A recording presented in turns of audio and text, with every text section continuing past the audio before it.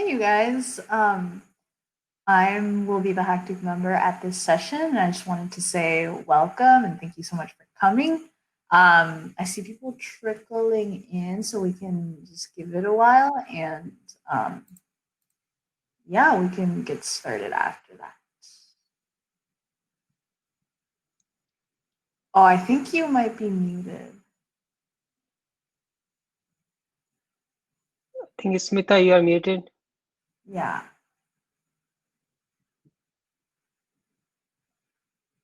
Still muted. Okay, let me see.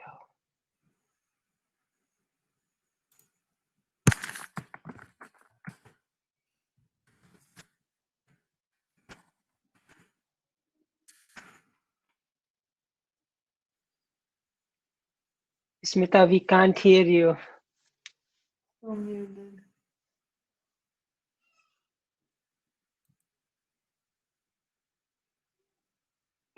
She may be joining again back. Yeah. It's good that we are testing kind of mic and all right now. Yeah, totally.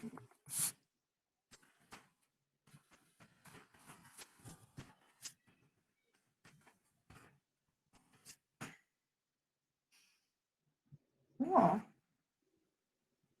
She's back. Still muted. Yeah.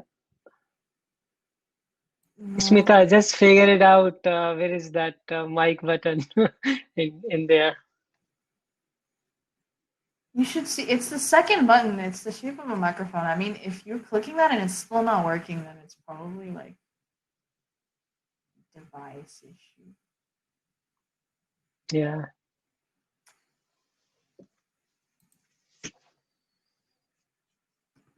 That's all right. We can just hang out, wait for a little bit more. We still have some people coming. Yeah. So we should be okay.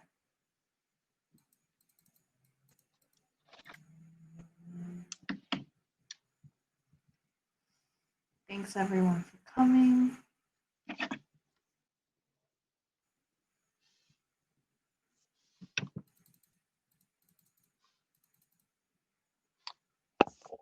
That's right.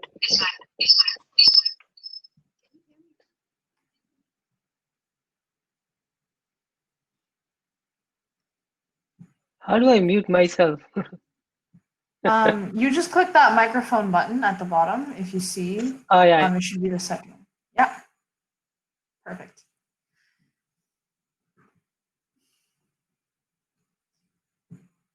For everyone who's coming, feel free to say hi in chat.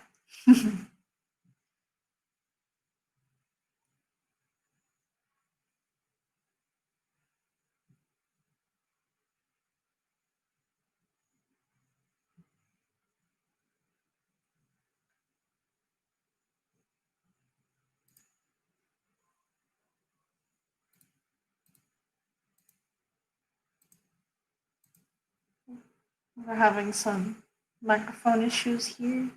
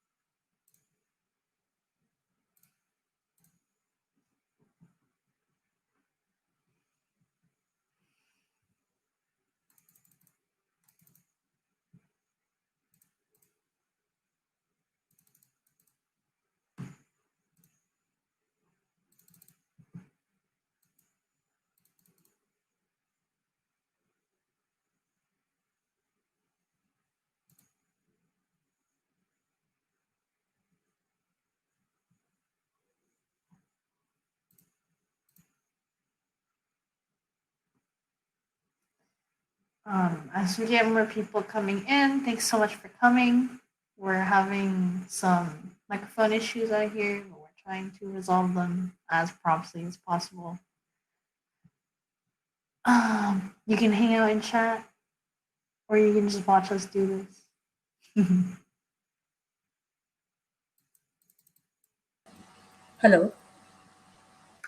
Can you hear me? Oh, yep. Good. Yep. Perfect. Yep. Finally, you're back. Thanks.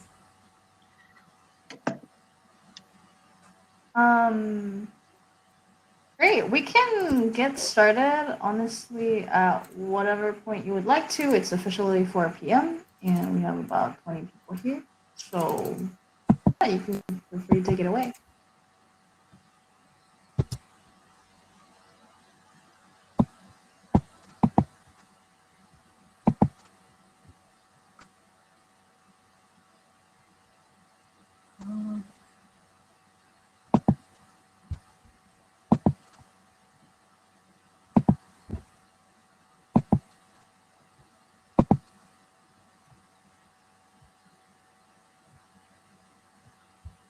So, do you see the whole screen now? Yeah. Okay. Good afternoon, everyone, and welcome to session. It's pleasure to be here. So, maybe you guys are new to cloud computing, or you already are familiar and want to explore what is the GCP cloud for additional capability, want to learn about machine learning model capabilities or deploy our application. So today, me and Swat, we are going to give you the overview of GCP cloud, and we will do some walkthrough about some services. So today's agenda will be like some introduction from us about Deutsche Bank Carey. Then we'll go through some Google Cloud Services overview. We'll have some demo about dashboard, engine, and some of the additional services we'll overview. And at the end, we will have some time left for the Q&A. Before starting, let me introduce myself. I'm Smita Patil. I have been working with Deutsche Bank for 7 years. Currently, I'm working as a technical lead of portfolio and project management team in cloud and platform technology. And we have, like recently, as you might have heard, like we have the partnership with the Google. We just recently signed up the contract, and we are going with the partnership with Google and towards more digitalization of the applications. Swag. Thanks, Smita. Hello, everyone. My name is Swatanth Rajput. As Smita was saying, people call me Swat because these are the first four letter of my name. So people call me Swat, and it looks like it's kind of cool in there. I've been with the bank since last 7 years. I'm acting as a senior engineer in cloud and platform technologies. Uh, I have total 15 years of IT experience. Uh, yeah, I've been building a lot of complex systems in my whole life. Apart from building the systems, I usually spend my time in reading books, and free time I play table tennis. I love that game. Over to you, Smita. Thanks, Pat. So we'll continue with the further let's go through some of the Deutsche Bank Carey. Deutsche Bank Carey, this location it opened in 2009 and it's been 11 years almost. And we have many locations of Deutsche Bank, but Carey location, like some locations are specific to technical centers and some of them are more like a business. So in US, if you say Carey is the engineering capabilities, like around 87% of the engineering capability happens in Carey. And it's a tech center. A lot of technologies are involved here, application development, and also innovations are going on. We have a couple of innovation project hackathons happening as a side project, and also a lot of capability to explore, learn new technology, explore, improve yourself, and use those learned technology in the project, do some POCs, and get involved in the additional project outside of your team. And that way you develop yourself in your career and as well as your technical growth. For new people, we have a program for especially on bachelor and master's level. So these are some details about that. And if you are interested, it's like analyst, we have two programs, analyst internship program, which is on bachelor level. And this is for 2021. And these are some of the timeline and when is it going to start and how you can apply. For a bachelor level, it will be internship program. For master's level, as well as undergrad level, you can have graduate program. And how to apply is, these are the links. We will share these links after our session, so that you can go through that and go through the application process requirement and apply for those positions. So let's switch gear and let's move on to GCP.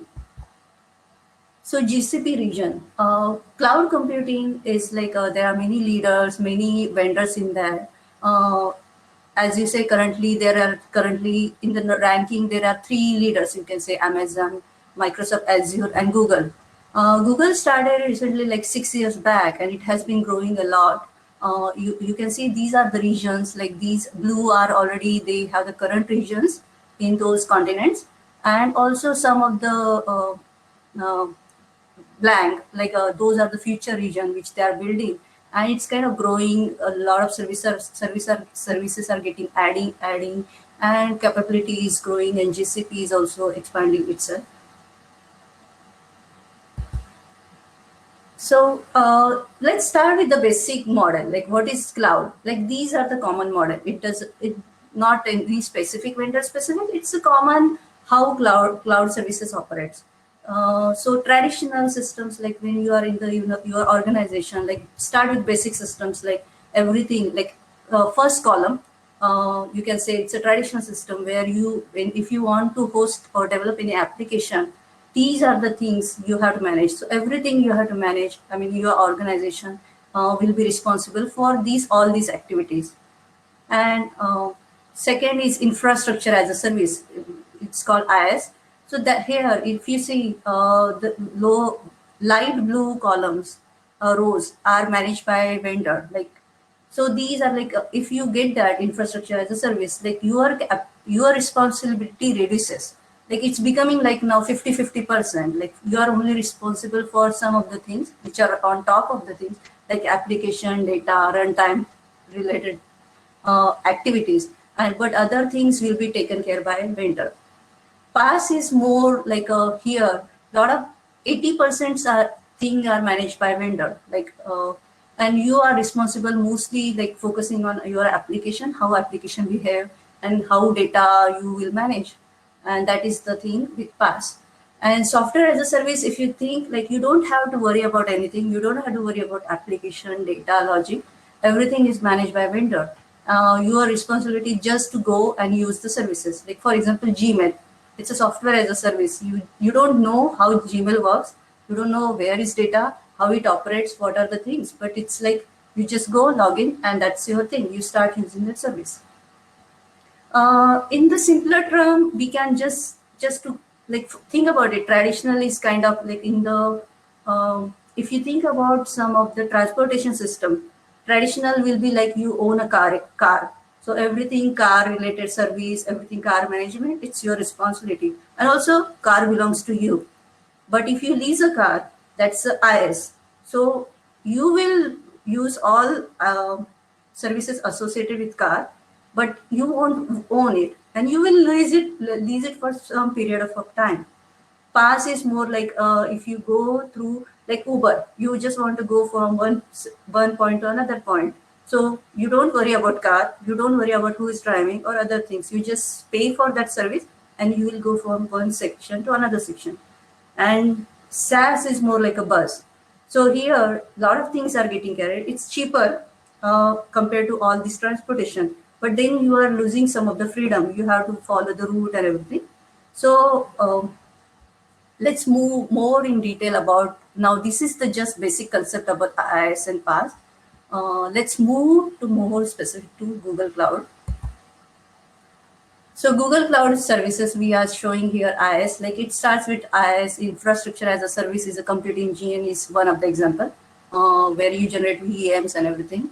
And towards right, as it goes towards right, it becomes more like a dynamic infrastructure, like a Kubernetes engine. Kubernetes is the one developed by Google, and they are also providing capability as engine, as a service, and it helps to more auto scaling and everything. It's it's service provided by Google. Then App Engine, Cloud Function is a serverless logic. Here, you don't know where is server, how you are getting scaling and everything. You just write the logic as a function. A serverless is not actual serverless, but you don't know where is the server. That's the definition. And then it becomes towards managed services. And it's more like a dynamic structure now. It has automated elastic resources. If your application is growing, your requirement is growing, you are not worried about that, and it's getting managed for you. Regarding data and analytics on GCP, these are few of the services examples we are showing. Like for any data or analytics, like first you start with you need compute. So these are the compute options available. We are showing like compute engine, Kubernetes engine, app engine, cloud function, which is SaaS. In the previous slide only we described same thing. The compute engine will be IaaS, app engine will be PaaS, and cloud functions is kind of SaaS. You need storage to store your data. So for data, there are the relational databases. You will have Cloud SQL and Cloud Spanner as a relational database. For blob storage, like streaming of data, like files, you will have cloud storage as an option. Big table is also huge data, IoT data, and all those kind of data. You will have option as a big table, and cloud data store is also there. For big data, there are many services available. Like data flow is more like a ETL service, where for the ETL kind of job or pipeline kind of job, you can use directly data flow. BigQuery is the analytic services. You just have to import and get data, and you are ready to do. It's a serverless analytics. PubSub is more like a messaging services or ingestion of data. For data, specifically machine learning, data lab is definitely helpful. You just go through data exploration. It helps you with that service. Machine learning also, like there are TensorFlow is Google's invention, right? And machine learning platform. If you go through machine learning platform, you will have you can develop model with the TensorFlow. Natural language, some of the APIs are already developed for you. Why to build model, right? If you want to just go and use that build model, so you can just go and access those services. For example, natural language APIs for sentiment analysis, you can go and do that. For translation, you can use translation APIs. For speech related AI activities, you can just go and use those already built-in model, and that will help you just to get started quickly without building any models at that point.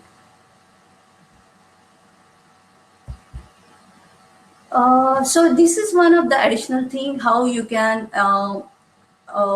show your capability, right? For example, certification is the best way to show your employer like what you know of and what what is your capability, what is your technology knowledge. So these GCP also provides all these kind of certification. On associate level, you can definitely start with the cloud engineer as a basic level certification. And as per your knowledge, interest, as per your growth, as per your how you want to develop and you want to, where is your interest, you can definitely explore and go towards more professional capability. Like if you are want to learn more about machine learning, you can go machine learning engineer. Data engineer covers most of the machine learning, some part of machine learning, as well as big data related technologies. A cloud architect, like you are interested in architecting something, go for it. You will have all the knowledge about like how cloud works, like how GCP cloud works, how services are developed, how they're architected, and those kind of things will help. Not only it will help as well as learning, as well as by getting certification, you can definitely show your capability to your employers. So let's start with demo. So today we are going to go through some of the demo. So that is going to do the walk through with that. So we'll walk through some of the available services which we discussed during our presentation. We'll show how GCP dashboard works, how you can log in, how you can explore, and we'll have some short demo about how to create VM. Back to you, Sven. Thanks, Smita. Just let me bring up my screen. So, share screen.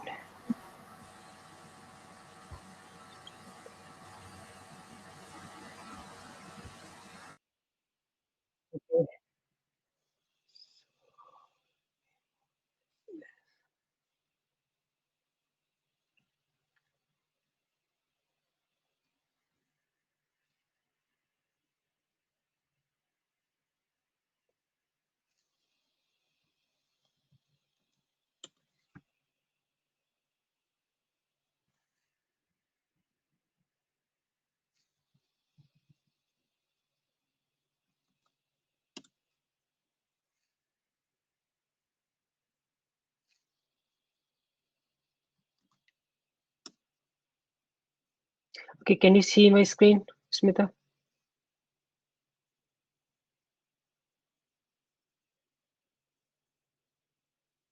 Or can you hear me? Hear you.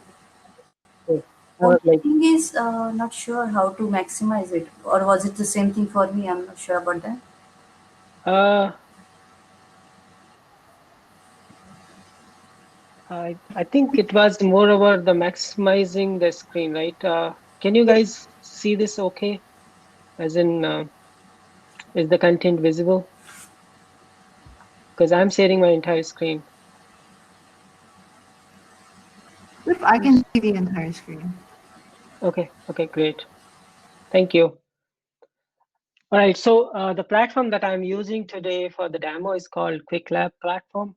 This is one of the thing that Google provides. So if you don't want to buy some sort of credit from Google, or maybe you don't want to create your own account, there is a chance where you can go for QuickLab sign up, and they provide you some hands-on experience in terms of how to solve a particular problem, and that's what I'm using today.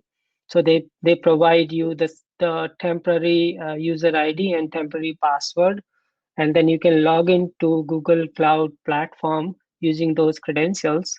And this will be for a specific time period, where after that specific time, these resources will be destroyed automatically. So this is how normally a particular Google Cloud Console looks like. So we call it a Google Cloud Console, or you can say, like, I will be saying GCP console to make it easy. So this GCP console has a lot of information, right? Um, so the base thing that it starts with is the project. So whenever you have an organization, right? That organization will have multiple projects, because it's not only one particular organization having only single big project, right? It's more over different departments that will be in there, right? So for each and every department, there will be a different project, and that's the basic landing area. So for example, if you're working as a cloud engineer, then you will be provided access to a particular platform, and that that particular project will be something that you are working on, right? And some people will be owner of that particular project, some will be like member, some will be doing specific things. So that is something that is based on the permissions, and the permissions are something that is defined as cloud IAM. So it's moreover identity and access management. Now, if you see here, these are the small tabs that are in there. So you will have some information about project. You will have how the APIs requests that are happening in the background. You will have overall platform status. So if, say, for example, if something is down in, say, Germany region, right? Or maybe something is down in, say, in South Carolina, then it will list it over here, saying that okay, we have some outage that is happening in GCP in one of the zone, or maybe one of the region. That all list will come in here. Right now, everything in Google is working fine. Now, this is a billing section. It's more over so if you are having an account, or maybe say you are part of billing administration, then you will see how much spend that is there. And it's moreover like you are using, say, pay as you go method, and then you have a credit of, say, $1,000. Um, all all the services that you are going to consume will be costing you some money. So so this billing section provides you the information about how you are doing, and how much money you have left. What do you need to do? There are some recommendations as well. When you create a particular resource, right now this is kind of blank project that is in there. When you create some resource, you will be monitoring those resources. You can see, like, there is a plan for monitoring as well. There are error reporting. So if there is some sort of error in any of the service that you set up for monitoring, you can set up the error reporting. So overall, like it's kind of very complex API driven system uh, that can do anything. It's more about how you connect the dots, right? I mean, how you want to use the system. As Smita mentioned, that there are different kind of services, and this is a place, navigation menu, where you can see what kind of services that are available in here. So at a high level, compute, you can have App Engine, Compute Engine, Kubernetes Engine, maybe Cloud Function, Cloud Run, and VMware Engine. For storage, there are file store, there is storage of like blob storage, there is data transfer methods that are in there. So for example, if you are moving towards the cloud, you want to have your in-house data going to the cloud. There are some different specific data transfer services. You can use the internet wire, or you can use some transfer services where they will ship you the appliances, and then you can copy the data, and you can have the security key. And once they upload the data, you can decrypt using the security key. So that is something, some option when big organizations want to go to the cloud, but it's too costly and too time consuming to use the network services, because some of the big organizations having petabytes of data. So they provide transfer services and transfer appliances that are in there. From the database perspective, there are different kind of flavors in here, I would say. Um, Specifically, it's like if you are using SQL, you can use MySQL and Postgres. And upgraded version of that, there is something called Spanner. It's called Cloud Spanner. And the difference between this SQL and Spanner is that SQL will be region specific. In Spanner, you can spin up for multiple regions. So it's more over high availability and the disaster recovery when it comes to. In terms of networking, it's kind of core is the networking, because when you come to Google Cloud, you need to make sure that whatever you are connecting, is it secure? Whether all your applications that are running in the cloud, are they secure? So you create a kind of network, and then secure that network through the firewalls and the routes. And if you are going through, say for example, a hybrid cloud model where you have some of the stuff in your data center, some of the stuff in your cloud, then you have to make sure that you have proper network peering. So those kind of options are in there. In terms of operation, so when a company or any organization, somebody is developing something, but there will be team who are monitoring those things, right? Or making sure that the applications are running perfectly and there is nothing wrong with the application. So this is where this operation area comes in. So you set up the monitoring on specific resources that you are going to create. You can do the error reporting, you can do the logging, and also you can trace on and pinpoint a particular problem area quickly, as long as you have proper configurations. And there are some specific tools that you can use. So for example, like as a software developer, right, you need some place to do the development. And that is something cloud source repository, we call it, or it can be GitHub as well. But Google also provide you cloud source repository.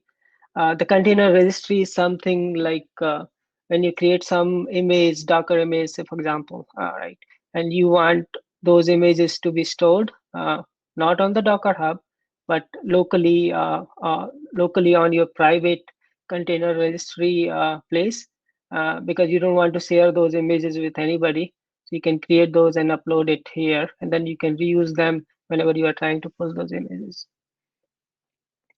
Other things specifically related to big data, right?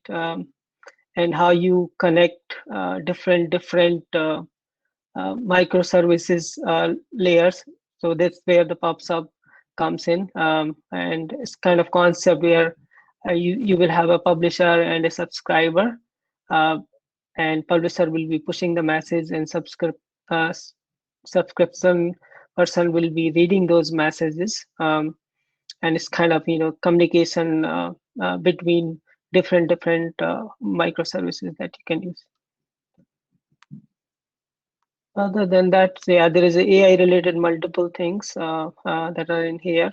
So you think about anything that is for AI, you will have the platform for that.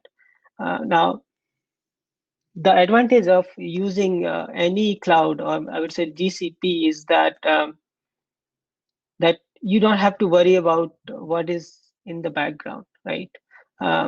It's okay. You want to create some AI platform, just go in there and just create your own instance, and you will be done with it. And there are some partner solutions as well that are in here. Now there is another thing called marketplace, right?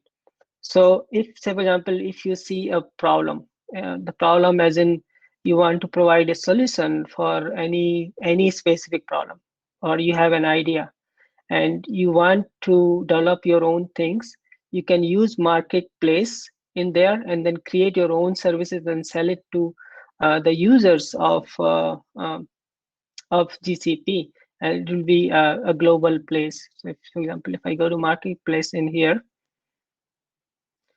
there are multiple vendors who have developed the solution, and these solutions are some solutions that you can use it just by clicking like 3-4 buttons, and that solution will be procured for you. And this all solution will be running in Google infrastructure. So in short word, I would say, like, you are making money out of it by sort of licensed uses. Google is making money by running these things on their infrastructure. So it's kind of that model in here, in my opinion. Now let's go back quickly and create a virtual machine, right? So for example, you want to spin up a server, right? And it will be done in like 3 minutes or 4 minutes max, and you will be up and running, and it's kind of production ready system that you can use.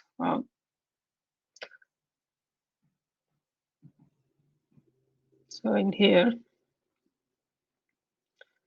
so what is going to happen is I'm going to create a virtual machine, and you can see how easy it is when it comes to creating these virtual machines. You just give a name. So I have to follow the naming convention that is there in the lab. So just give me a minute. Let me find that name. It's called GC Lab.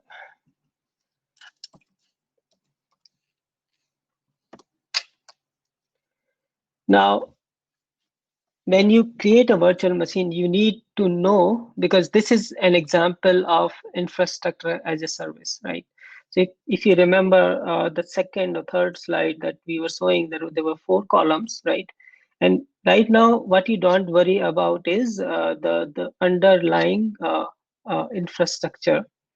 But what you worry about that, okay, I am in US, I want to have my region to be US, and if my user base is in US, then I have to create a machine in US region itself, because I want to make sure that there are no network latency that will be in here, right?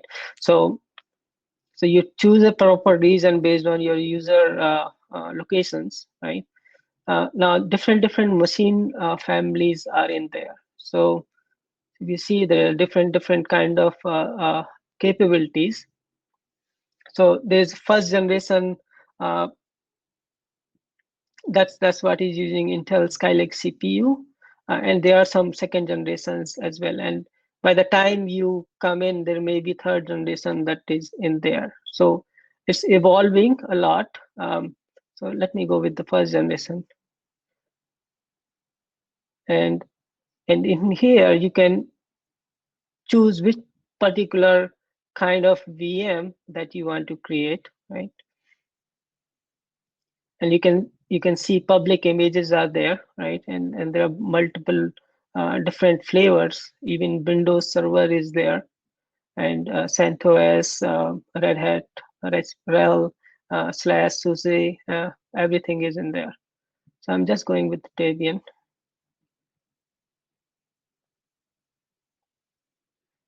See, allow us now. Now there is a firewall, right? Now by default, everything is denied in GCP, right? Because if it is by default allowed, then you are as you create your resources, you will be kind of losing security, right? So by default it is denied. Now specifically I'm going and checking these box in so that I can show you that I can connect to these machines from outside of my network, right? And then I simply create. Once I hit create, it will start creating the machine.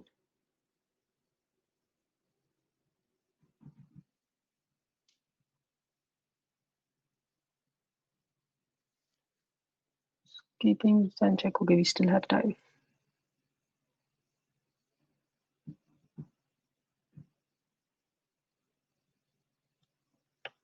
So now in the background, what is happening is trying to figure out storage for you, is trying to figure out a virtual machine for you, as in a cluster where this particular machine will be running in, and here.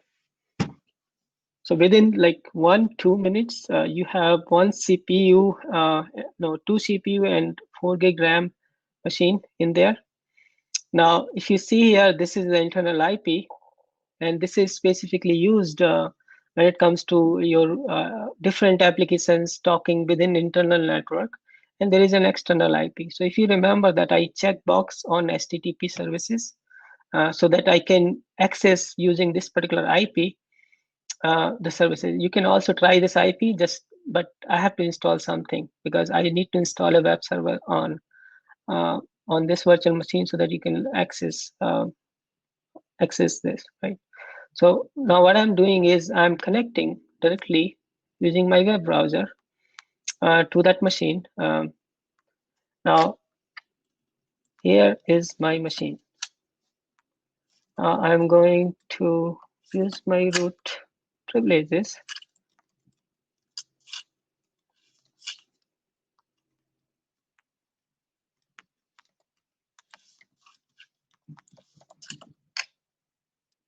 And it is connected to internet, right? So it's updating all the Debian packages, right? Quickly.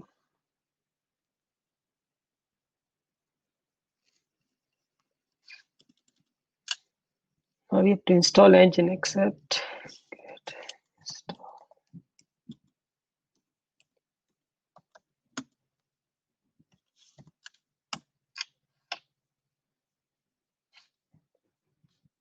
Did I type something? See. Right. So now what is happening is installing a web server. It's a popular web server. Now, if I go in here and click on this, it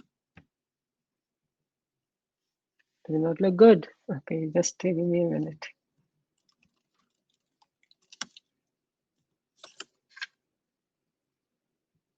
It is coming up.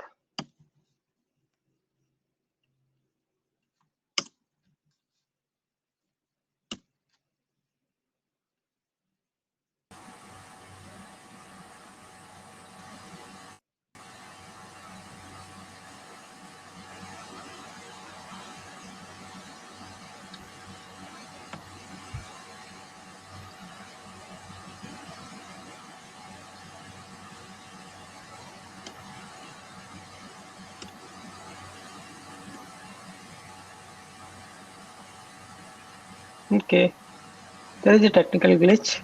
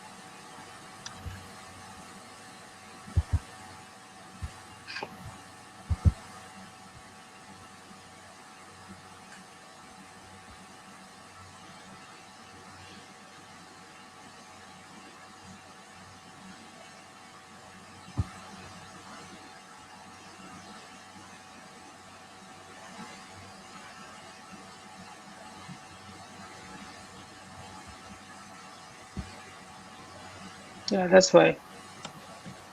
See, Yeah. okay, because by default, my browser was using HTTPS. And as we did not set up the SSL in the background, so it's just plain HTTP. So you can see that how easy it is to create a virtual machine and install a web server and do whatever you want to do and deploy your own website and publish it. And now another thing that I wanted to cover is something called Cloud Shell.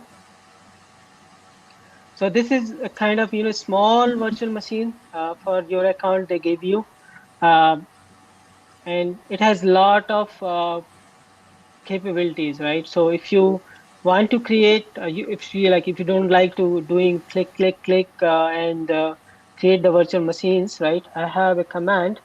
I will be creating another virtual machine in just single command, right? So they provide you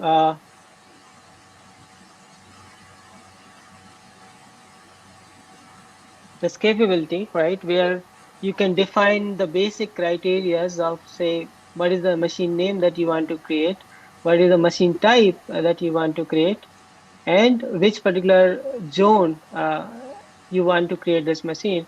Now, if I refresh it here, there is another machine, right? So how fast it is, and this helps when you are doing it bulk level, right? So for example, if you have like thousands of server and you have only one engineer, right? You don't want to create these machines manually. You just create the templates, and then based on those templates, you run it. Is there anything else we need to cover, Smita, here?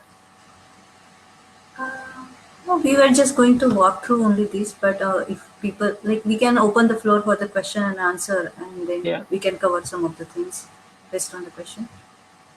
definitely. One thing I would say, like, yeah, start demo this with the Quick Lab, right? Quick Lab is one of the Google learning capability. Like, they have provided a nice platform like labs where they focus on each particular functionality, which you can go and explore during specific amount of time. Right, You can set up the account with QuickLab and go through that. But there is additional things if you are new, like you don't want to pay, like Google always you can go sign up for GCP Cloud, and then you get a 3 months of $300 credit. And using same platform, only thing is using your account, you can go and explore the GCP Cloud, learn things, and that's it. Like that will help you to, if you are new to GCP, go through capabilities and learning and exploring how it works and everything. right. So yeah, so they have a concept of Quest, and Quest consists of multiple labs. So for example, you are interested in learning how the things work in AI/ML, right? So you go to the Quest, and these quests will have specific labs. You start completing the labs so that you gain understanding, and you will see how the dots are connected within GCP network. So this is, yeah, so this really helps when you're starting new, because if you say for example, if you are given a project, or you purchased a project, or and that free $300 credit, but you need some place to learn, right? What is that place? I mean, like, where you have instructions. This, in that way, this Quick Lab is very handy. where you are, say, doing self-paced learning, and you know, okay, this is kind of your teacher, right? And you are using these instructions that are in there, and trying to gain as much as insight that is there in GCP. So I think, yeah, that's I have. So let me stop sharing my screen and open the floor for Q&A.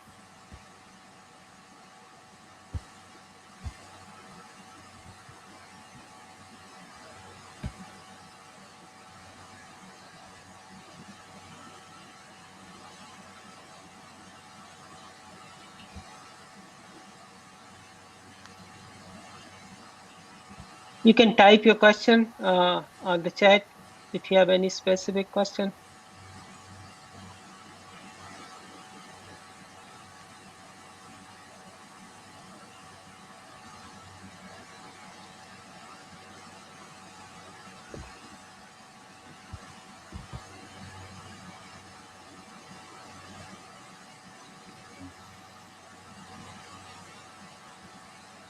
All right, so first question is, how does Google Cloud compare to other cloud service providers such as AWS?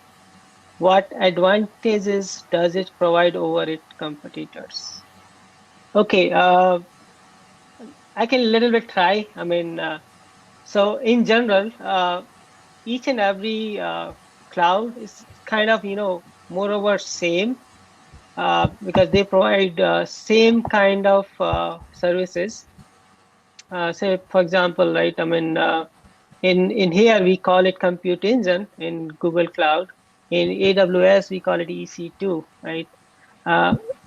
But overall, it's kind of similar structure everywhere. If you go to like some people who love AWS will say that GCP is not that good. Some people who love GCP, they'll say like, I love GCP. I mean, like AWS is nothing in there. So overall, like if you think through from the organization perspective and how many use cases that are in there, uh, based on that, you can make decision whether you want to use GCP or AWS or Azure. So it's moreover based on that. I mean, like there's no head-to-head comparison when it comes to services, because they are working together. Uh, the developers working together to bring up more services, and that's what I would say.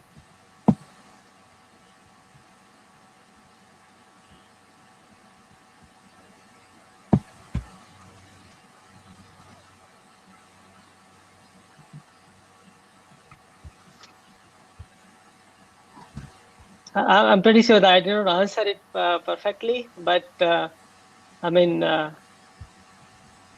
AWS is market leader right now. That's what I would say, based on the number of contracts they have, and they are kind of dominating everyone in there.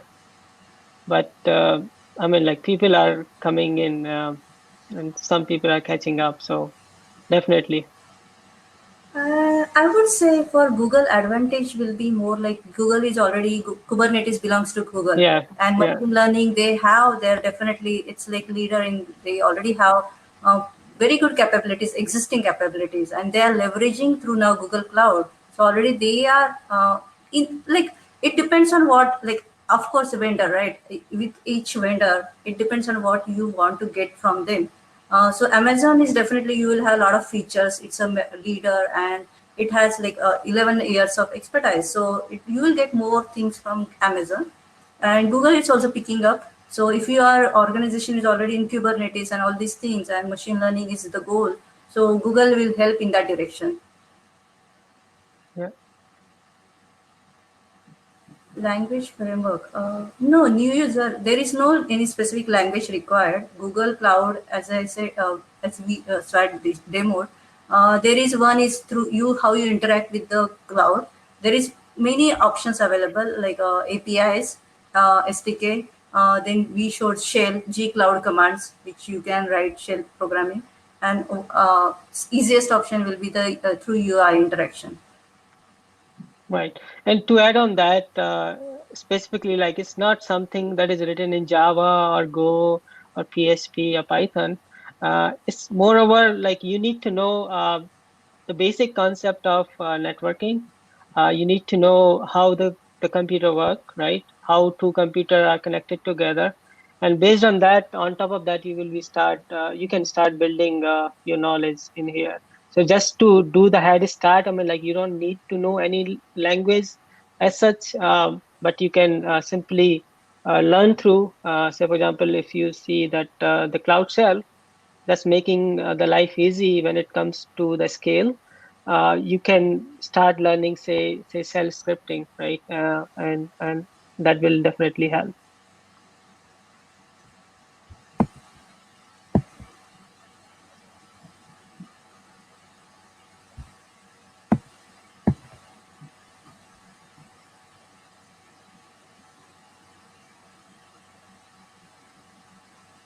And another thing is like for each and everything, say for example, you are a Java developer or maybe you are a Python developer, you want to develop application, you can use App Engine is the one kind of framework to deploy your application. So if you are targeting your application to be going in kind of with very less overhead of management, then you can use the App Engine where you don't have to worry about where the server is, whether my server is up and running, and then after that you deploy your code, right? Instead of that, you just ship your code and then let Google figure it out whether and Google makes sure that your app is always running fine, right?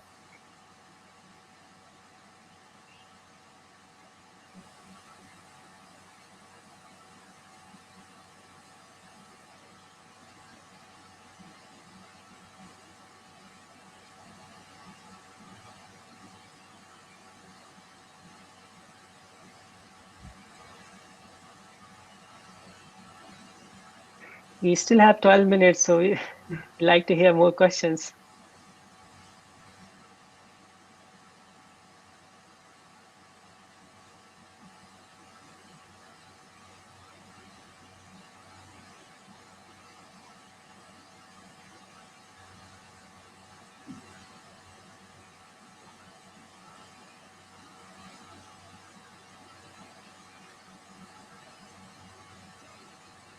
Smita, do you know?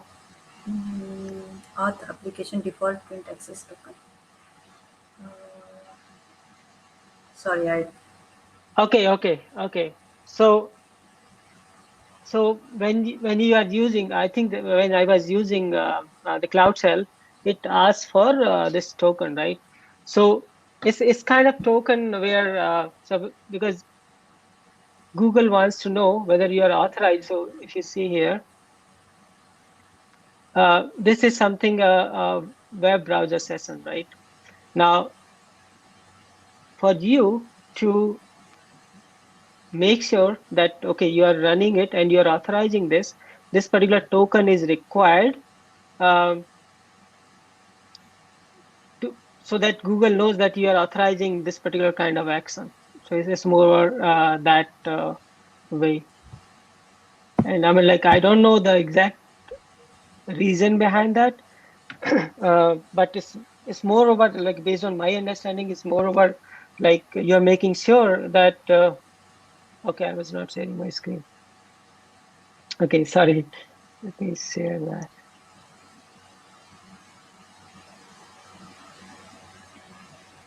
Yeah, so this is something like uh, when you um, when you try to type any command for the first time, you're authorizing your Cloud Shell, and that is running on the browser. That you're authorizing this Cloud Shell to execute the commands on your behalf, and that's where the token comes from. This particular window pane, because that's where you authorize and it passed over here. That's why it says whether you want to authorize it or reject it.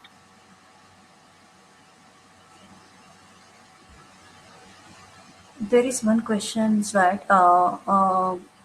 So Jake is asking, like, did you cover about the instance, like a database instance, and how to access? So can we? Yeah. Okay. So I mean, like, I don't know whether my account will be blocked if I do something that is related, not related to, but it's very pretty easy. I can show you the steps. So in here, say for example, you want to create a database, right?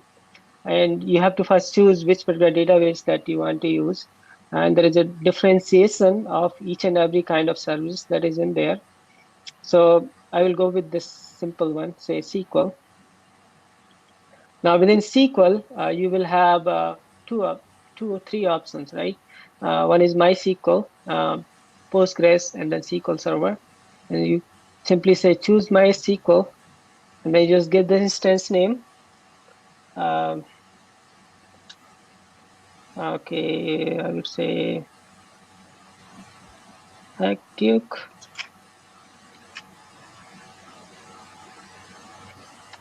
And just give the password. Okay. And where you want your region to be there, and then simply create. What it will do is it will create the MySQL instance, and then you can connect to the SQL instance. What you will be getting is back is a connection string, and then after that you can simply connect to it. So it's, I mean, so think in that way, right? You are trying to do MySQL. So you have one option that, okay, you want to install it on your laptop, right? You download the binaries and then you install it, you configure it, you allocate the hard disk where you want to have your data going in. You don't have to worry about that particular piece in here. You just simply give 1, 2, and 3 options and choose the version that you want to choose, right? And then simply create it and then connect to it. So it's kind of that fast.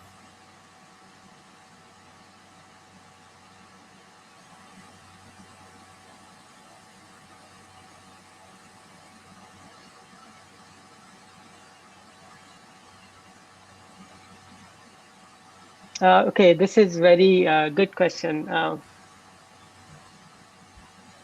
So question is, Smita, and please chime in.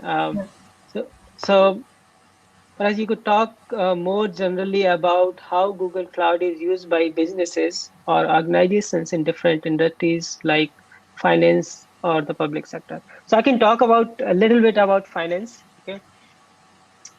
So if you see here that we signed up a contract with Google, and yesterday it was with ink that was dried. That means it's like final deal. Uh, and if you see in terms of like what is the Google's approach, right? And why we are choosing Google, because there are multiple areas where Google wants to work to solve the finance problems, right? So there are many problems in the finance world, and Google want to use the innovation and the capabilities that Google has, and they are not going to be something like just a simple cloud provider. They are going to work hand to hand with us, and we will be building solutions together. And those solutions can be something that can be generalized later on, and will provide a lot of benefits to entire financial industry. So so that's the way I understand, uh, based on the comments that we received from Google, and how they are going to work with Deutsche Bank specifically, to make sure that we are solving the world's problem. About public sector, I'm not sure, because my entire life in IT is all related to finance in here. So, Uh, Smita. Yeah, I would say like Google, yeah, definitely Google is providing because it's a new compared to other providers, what I can say, Amazon or Azure.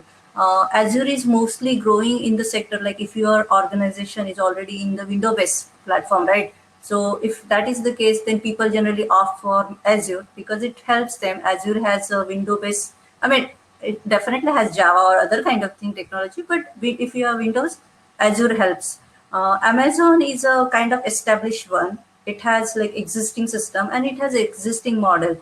So it's not kind of, if you think about it, rigidity. It has a little bit rigidity, some form of existing way how it is going to happen, and even deployment is a little bit harder in that sense. But Google Cloud, yeah, as I said, like it's like new. I think financial wise, services wise, maybe. I mean, we can't comment because we are also new to them. We are just the consumer of that. We are not the Google Cloud people, but we definitely are going to working on as a part of Deutsche Bank employees to learn our capability, how to Google works, and how we can use our existing application, or how can we develop new application using Google Cloud.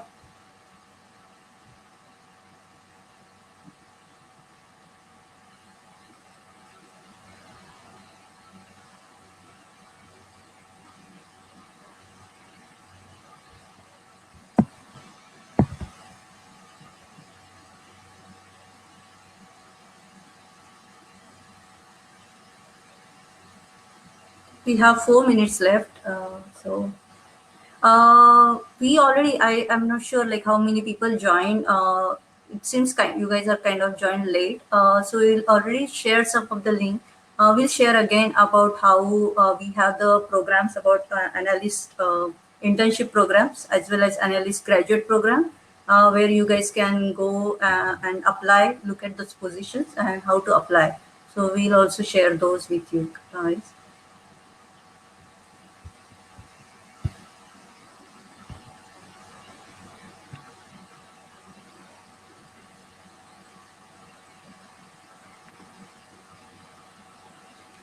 Okay, this is a good question, and this is my favorite one.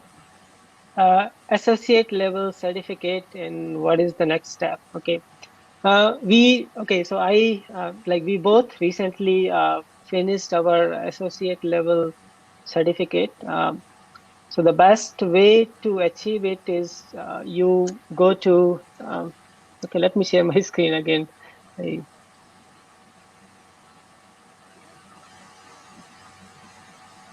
So there are specific curriculum. Let's see.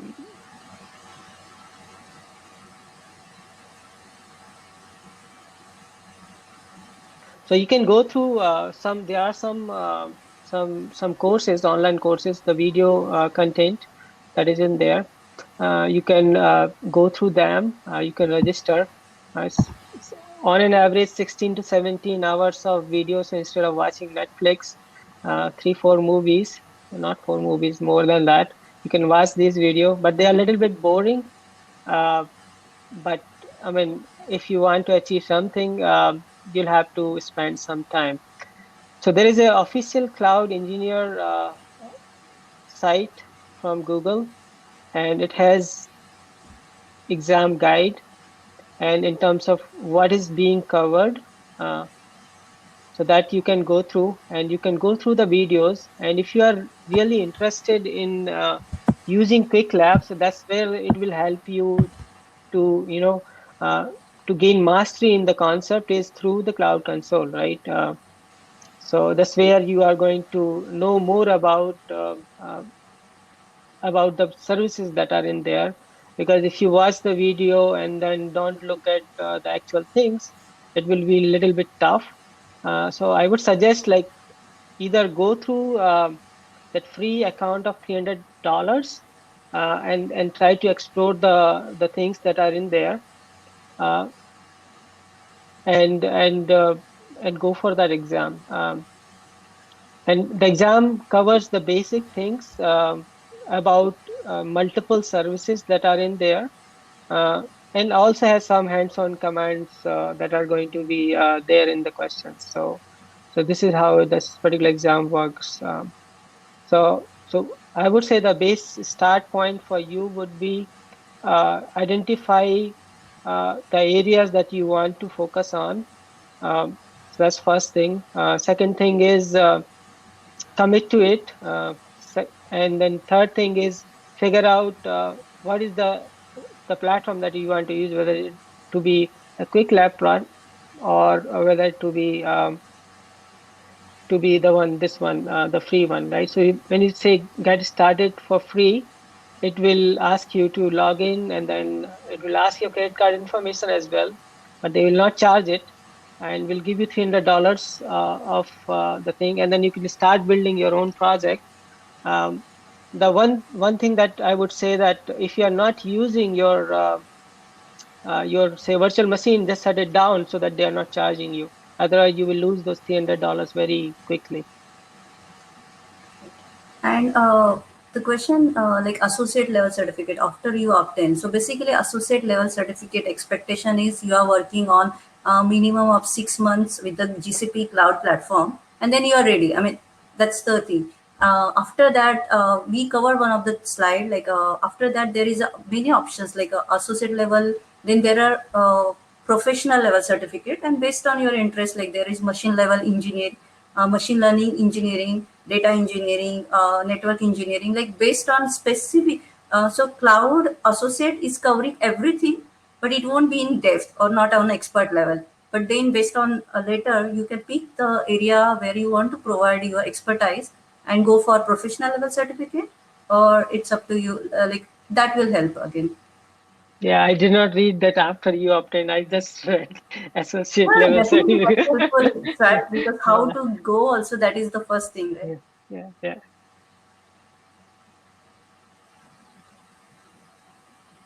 Hope that helps. Yep.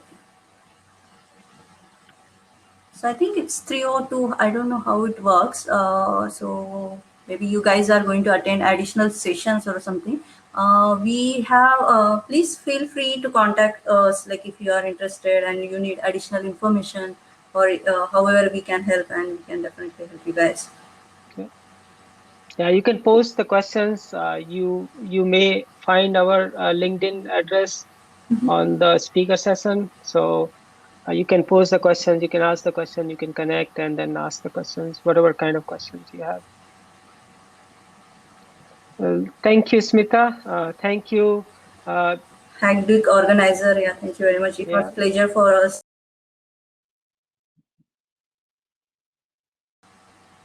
Thank you. thank you.